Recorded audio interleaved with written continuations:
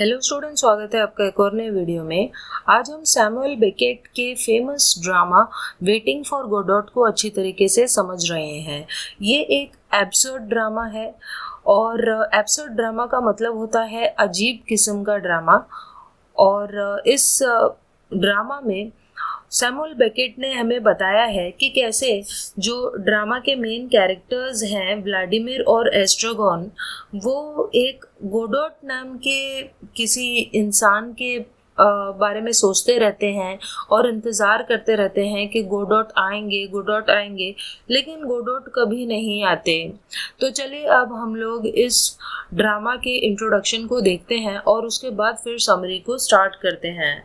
तो Samuel Beckett एक Irish play right थे, यानी वो आयरलैंड के हैं। और इनके प्ले में व्लादिमीर और एस्ट्रागॉन ये मेन कैरेक्टर्स हैं जो गोडोट का वेट करते करते बहुत सारे डिस्कशंस करते हैं, लेकिन गोडोट कभी नहीं आते। वेटिंग फॉर गोडोट बेकेट के ही प्ले एन अटेंडेंट गोडोट, जो कि उन्होंने फ्रेंच में लिखा था, उसी का इंग्लिश ट्रांसलेशन है ये। और इसका सबटाइटल है अ ट्रेजिक कॉमेडी इन 2 एक्ट्स। अब चलिए हम लोग इसकी समरी को स्टार्ट करते हैं। The plot of waiting for Godot is easy enough to summarize. तो इसका जो प्लॉट है वो कोई बहुत ज़्यादा लंबा चौड़ा या बड़ा नहीं है, बहुत ही आसान है इसे समराइज करना।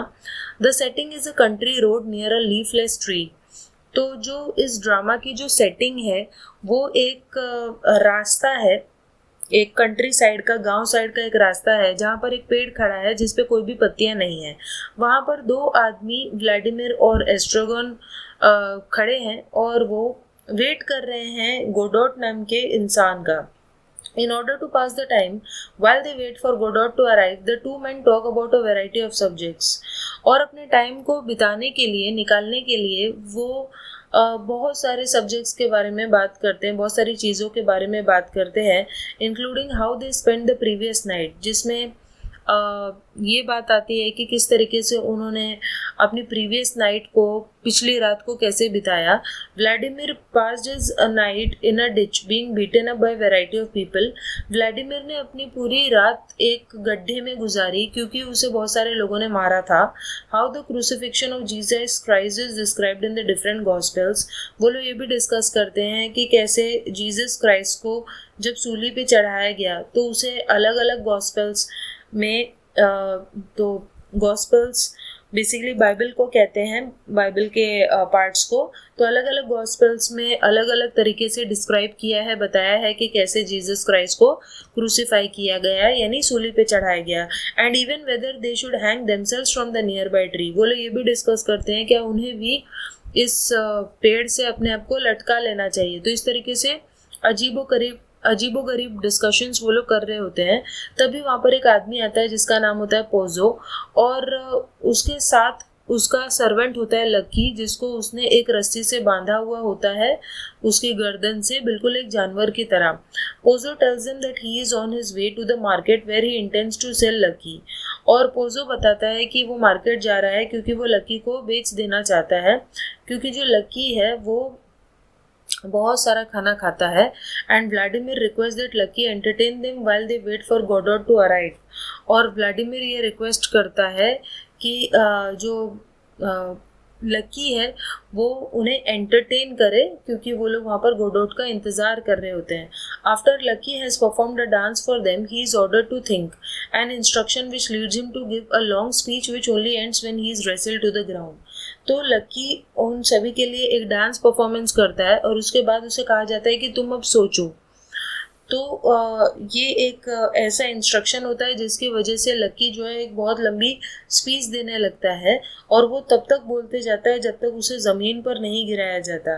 Lucky and Pozzo leave. उसके बाद लकी और पोजो वहाँ से चले जाते हैं और एक लड़का आता है वहाँ पे और अनाउंस करता है कि गोडोट आज नहीं आने वाले हैं, वो कल आएंगे। उसके बाद व्लादिमीर और एस्ट्रागॉन भी वहाँ से कहते हैं कि हम चले जाएंगे, लेकिन वो जाते नहीं हैं, वो वहीं पे खड़े होते हैं जहाँ खड़े थे। उसके बाद सेकेंड एक्ट शुरू होता है अगले दिन। The tree has grown a number of leaves overnight, और एक रात में ही उस पेड़ पर बहुत सारी पत्तियां आ गई होती है, और इससे पता चलता है कि बहुत सारा टाइम पास हो गया है. Vladimir and Estragon discover Lucky's hat which he had left behind. Vladimir और एस्ट्रागॉन को लकी की टोपी मिलती है, हैट मिलता है जो वो छोड़ गया था पीछे. And the two man role play at pretending to be Lucky and Pozzo, और वो लोग दोनों लकी और पोजो बनने का नाटक करने लगते हैं.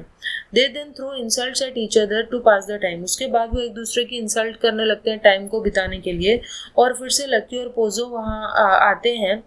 But they have changed overnight, लेकिन वो बदल गए होते हैं. लक्की कैन नो लॉन्गर स्पीक. लक्की अब बोल नहीं सकता था और पोजो अंधा हो चुका था. When Lucky and Pozo fall to the ground, Vladimir and Estragon try to help them up but end up falling down too. तो जब लक्की और पोजो ज़मीन पर गिर जाते हैं तो व्लादिमीर और एस्ट्रागॉन जो है उनकी मदद करते हैं उन्हें खड़ा करने के लिए, लेकिन वो भी गिर जाते हैं. Pozzo has no memory of meeting the two man the day before. और पोजो को बिल्कुल भी याद नहीं है कि वो उन दोनों आदमियों से पहले मिल चुका है. उसके बाद फिर से वो और लक्की वहाँ से चले जाते हैं, और व्लादिमीर और एस्ट्रागॉन फिर से गोडोट का वेट करने लगते हैं. The boy returns but he denies being the same one that came to them yesterday. लड़का फिर से आता है, लेकिन वो मना करता है. वो कहता है कि मैं तो तुम लोगों से कल मिला ही नहीं था. Once again Godot will not be turning up today. वो फिर से वही दोहराता है कि गोडोट आज नहीं आएंगे, वो कल आएंगे. The two men decide to hang themselves in their desperation. और वो जो दोनों आदमी हैं वो इतने ज़्यादा परेशान हो जाते हैं इस बात से कि वो डिसाइड करते हैं कि वो अपने आप को ही लटका देंगे एस्ट्रागॉन की बेल्ट से. लेकिन ये सब करने के पहले उसके ट्राउजर्स, एस्ट्रागॉन के ट्राउजर्स, उसका पैंट गिर जाता है.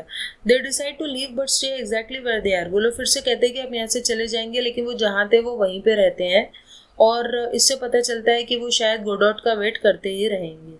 अब अगर हम इस प्ले के एनालिसिस की बात करें तो ये एक ऐसा प्ले है जिसमें जो भी फर्स्ट सीन में हुआ एग्जैक्टली वही सारी चीज़ें सेकंड सीन में भी होती हैं. सेकंड एक्ट में भी सेम सारी चीज़ें होती हैं जो फर्स्ट एक्ट में हुई थी.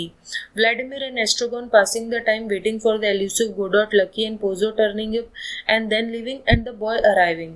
तो कैसे व्लादिमीर और एस्ट्रागॉन गोडोट का वेट कर रहे हैं, लकी और पोजो उनसे मिलते हैं, फिर चले जाते हैं, और उसके बाद वो लड़का आता है और कहता है कि गोडोट नहीं आएंगे. तो ये सारी सेम चीज़ें जो फर्स्ट एक्ट में हुई थी वही सेकंड एक्ट में भी होती हैं. With this structure in mind it is hardly surprising that the play is often interpreted as a depiction of the pointless, uneventful and repetitive nature of modern life. तो basically play में जो कुछ भी दिखाया गया है वो हमें मॉडर्न लाइफ के बारे में बता रहा है कि मॉडर्न लाइफ में भी सब कुछ रिपीटेटिव होता है, सब कुछ रोज रोज रोज सेम चीज़ें हम लोग कर रहे होते हैं. Which is often lived in anticipation of something which never materialises. और हम लोग सोचते रहते हैं कि कोई चीज़ होगी, कोई चीज़ होगी, हम लोग हमेशा एंटिसिपेट करते हैं, इंतज़ार करते हैं, लेकिन वो चीज़ कभी नहीं होती. It is always just beyond the horizon in the future arriving tomorrow. तो वो चीज़ जिसका हम वेट कर रहे होते हैं वो हमेशा बाद में फ्यूचर में आने वाली होती है, अराइविंग टुमारो, लेकिन वो टुमारो कभी नहीं आता. उसी तरीके से जैसे कि व्लादिमीर और एस्ट्रागॉन गोडोट का वेट कर रहे थे लेकिन वो कभी नहीं आया. सो आई होप आपको इस प्ले की समरी और एनालिसिस अच्छे से समझ में आया होगा.